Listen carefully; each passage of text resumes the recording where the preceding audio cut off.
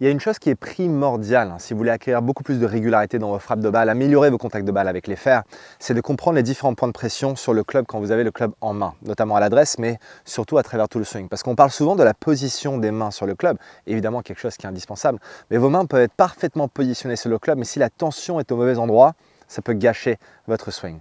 Donc la problématique que j'ai tendance à voir, c'est les joueurs qui appliquent beaucoup trop de pression sur le club avec une tension indésirable qui va se passer plutôt au-dessus de la main, au-dessus de l'avant-bras, jusqu'au coude, vous voyez. Donc toute l'énergie est vraiment située au-dessus du club et ça va créer deux choses. On va dire qu'on voudrait éviter à tout prix dans le swing de golf. La première, c'est que quand la pression est par-dessus le club et trop de tension indésirable ici, dans le backswing, on va avoir du mal à armer le club correctement. Donc en général, ça va donner une montée où le club va être situé comme ça. Et évidemment, j'exagère pour le but de la vidéo, mais parce que toute la pression est ici, on n'a fait pas la capacité de créer du relâchement et armer le club correctement ici. Vous voyez, créer cet angle. On parle souvent de cette position en L où le club est à 90 degrés dans la montée ici. Ça, c'est impossible quand la tension est trop forte ici. La deuxième chose qui se génère quand on a de la tension trop forte ici et trop de pression par-dessus le club, c'est qu'on aura tendance à jouer à la pêche. Donc ce que je veux dire par là, c'est qu'on a tendance à jeter le club de cette façon-là sur la balle. Et ça, malheureusement, ça va créer une interaction avec le sol beaucoup trop tôt et pas créer le retard nécessaire pour arriver sur la balle et nous permettre de compresser la balle de la meilleure façon possible. Donc quand on va créer en fait de la tension au bon endroit, ça va nous permettre de faire quoi? 1. Armer le club correctement. Et 2. Créer un peu plus de retard de club ici. Et plus on crée du retard, plus on retarde l'interaction entre le club, on retarde l'interaction entre le club, la balle et le terrain. Et plus on retarde cette interaction, et plus on a l'occasion de brosser le sol, compresser la balle et créer beaucoup de bonnes choses, plus de régularité dans la frappe. Donc il y a un exercice extrêmement simple que vous pouvez mettre en application pour comprendre où doit se situer la pression sur le club pour vous permettre d'optimiser votre swing au mieux.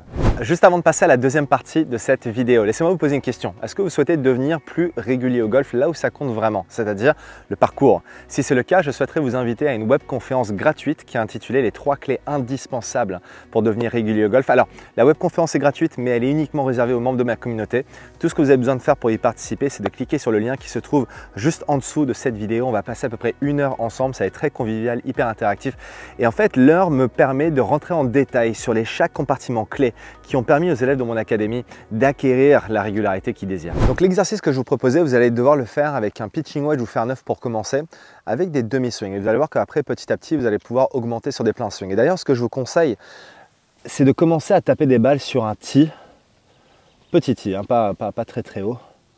Mais vous allez voir le but, la raison pour laquelle on fait ça, c'est parce qu'on va effectuer cet exercice sans le pouce. Donc en fait, ce qu'on va faire, c'est qu'on va décoller le pouce complètement du club, comme ceci. Et juste à l'adresse, vous allez voir, on met le club dans les mains. Et en fait, on va le sentir beaucoup plus dans les doigts, vous voyez. Et quand on sent le club beaucoup plus dans les doigts, on commence à rééquilibrer en fait la pression autour du club pour le sentir un peu plus en dessous plutôt que de le sentir complètement par-dessus. Alors, je ne suis pas en train de dire que toute la pression doit se situer en dessous, mais c'est un exercice qui est excellent justement si vous avez cette tension trop importante ici et trop de pression par-dessus le club. Donc, le fait de enlever le pouce ici, du coup, je sens le club beaucoup plus dans les doigts, ce qui me permet d'avoir plus de facilité de armer le club ici, vous voyez, plus facilement là, parce que là maintenant, je sens que je peux armer facilement et au retour je sens le poids du club beaucoup plus dans les doigts à ma descente, ce qui me permet de garder ce retard de club, c'est ce que je vous indiquais, maintenir cet angle entre le club et l'avant-bras au lieu de le jeter par-dessus avec une pression qui est trop forte ici et une tension indésirable ici. Donc en fait au tout début vous allez commencer à faire quelques coups d'essai juste en enlevant le pouce et en effectuant des demi-swings là et là, et à chaque fois vous allez faire cette position de L à L, 90 degrés à 90 degrés. Donc là, pouce enlevé du club, mi-hauteur du backswing. Donc les mains vont s'arrêter au niveau de la poitrine et je vais faire juste là et là, juste pour ressentir beaucoup plus le poids du club. Laissez vivre un peu ce swing. Je commence avec la balle sur le tee et je commence à effectuer des swings sans le pouce, là et là. Juste comme ça, juste pour sentir la pression, peu importe où va la balle. Pour l'instant, celle-là est partie plutôt dans l'axe légèrement à gauche. Je reprends la balle sur le tee et je refais la même chose. Deuxième balle, j'enlève le pouce. Et ce qui est bien aussi, c'est de commencer avec le club un peu plus en hauteur, vous voyez, juste ici. Parce que quand je le mets là, du coup, je peux le sentir dans les doigts. Et je le sens dans les doigts ici. Puis là, je descends le club. Et là, je vais sentir que j'arme beaucoup plus facilement le club. Là Et là, ça a été encore mieux. Donc excellent, excellent exercice pour rééquilibrer un peu la pression autour du club pour qu'il y ait un peu plus d'harmonie dans tout ça, au lieu d'avoir une pression trop forte sur le club qui ne nous permet pas de armer le club et créer du retard de club.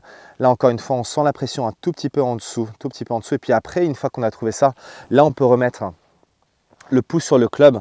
Mais en fait, vous voyez, le but c'est que quand je remets le pouce sur le club, je viens tout simplement le poser sur le club. Vous voyez, si je me rapproche de la caméra, je viens tout simplement poser le pouce sur le club. Je ne suis pas là à essayer de mettre beaucoup de pression par-dessus le club. Il y a un joueur en particulier à qui je pense qui s'appelle Brandt Snedeker, joueur de Ryder Cup, victorieux avec l'équipe américaine. Et en fait, l'idée, si vous voulez, c'est que juste avant que Brandt Snedeker tape, il a cette routine de jeu où juste avant de taper, il enlève le pouce du club. Et quand il est prêt à taper, c'est vraiment à la dernière seconde ce qu'il fait. Il se prépare comme ça, vous voyez, il est juste là. Et juste avant de taper, boum, il repose le pouce juste sur le club de cette façon-là. Donc il n'y a aucune tension indésirable sur le club. Donc ça, c'est pareil. On peut amener l'exercice que je vous ai proposé sans le pouce dans un coup réel où là, dans votre routine de jeu, vous regardez votre cible, vous enlevez le pouce du club. Juste pendant que vous êtes en train de vous préparer, vous faites quelques waggles. Vous savez, les waggles, c'est ce qui vous permet de créer ce mouvement relâché. Et là, juste au moment où vous êtes prêt à taper, boum, vous reposez le pouce tranquillement sur le club, juste là. Et là, on est prêt à taper.